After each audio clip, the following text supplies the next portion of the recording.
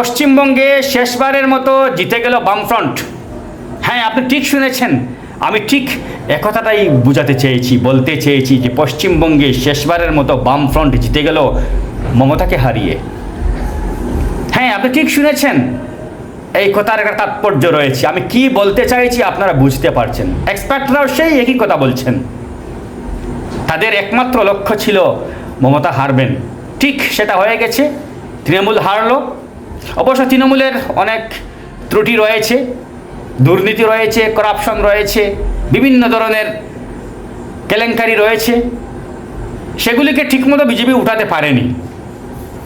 যদি সত্যি কথা বলতে হয় তাহলে তৃণমূলের যে দুর্নীতি, যে করাপশন, যে কেলেঙ্কারি, এগুলো কিন্তু ঠিকমতো উঠাতে পারেনি বিজেপি। কিন্তু তারপরও বিজেপি বাজিমাত করলো, পশ্চিমবঙ্গে জিতলো বামফ্রন্ট।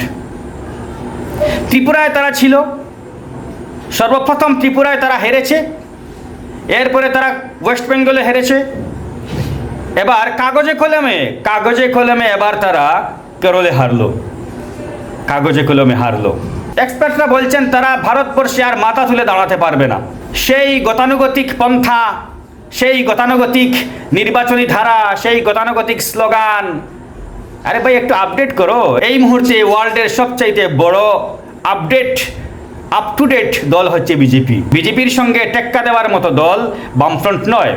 আরে যারা আদর্শকে জলাঞ্জলি দেয়, যারা প্রতিহিংসা পরায়ণ হয়ে উঠে, যারা প্রতিশোধ পরায়ণ হয়ে উঠে আদর্শকে জলাঞ্জলি দিতে পারে, তারা কীভাবে মাথা তুলে দাঁড়াতে পারে? আমি বলছি না, এটা এক্সপার্টরা বলছেন। ঠিক এভাবেই এক্সপার্টরা বিশ্লেষণ করছেন বামফ্রন্টের। তাই আমার সঙ্গে সম্ভবত আপনি একমত হবেন যে শেষবারের মতো পশ্চিমবঙ্গে জিতে গেল বামফ্রন্ট, মমতাকে হারিয়ে, তৃণমূলকে হারিয়ে। এই কথাটাকে আপনি কিভাবে নেবেন বুঝতে পারছি না, কিন্তু এই কথার একটা ব্যাপক তাৎপর্য রয়েছে। হ্যাঁ, ব্যক্তিগতভাবে মমতা জিতে গেছেন পশ্চিমবঙ্গে, তার যে আসন সেই আসনে তার একটা ভালো পজিশন রয়েছে। কিন্তু কেরলের কি অবস্থা, বামফ্রন্টের? ত্রিপুরার তো অবস্থা শেষ।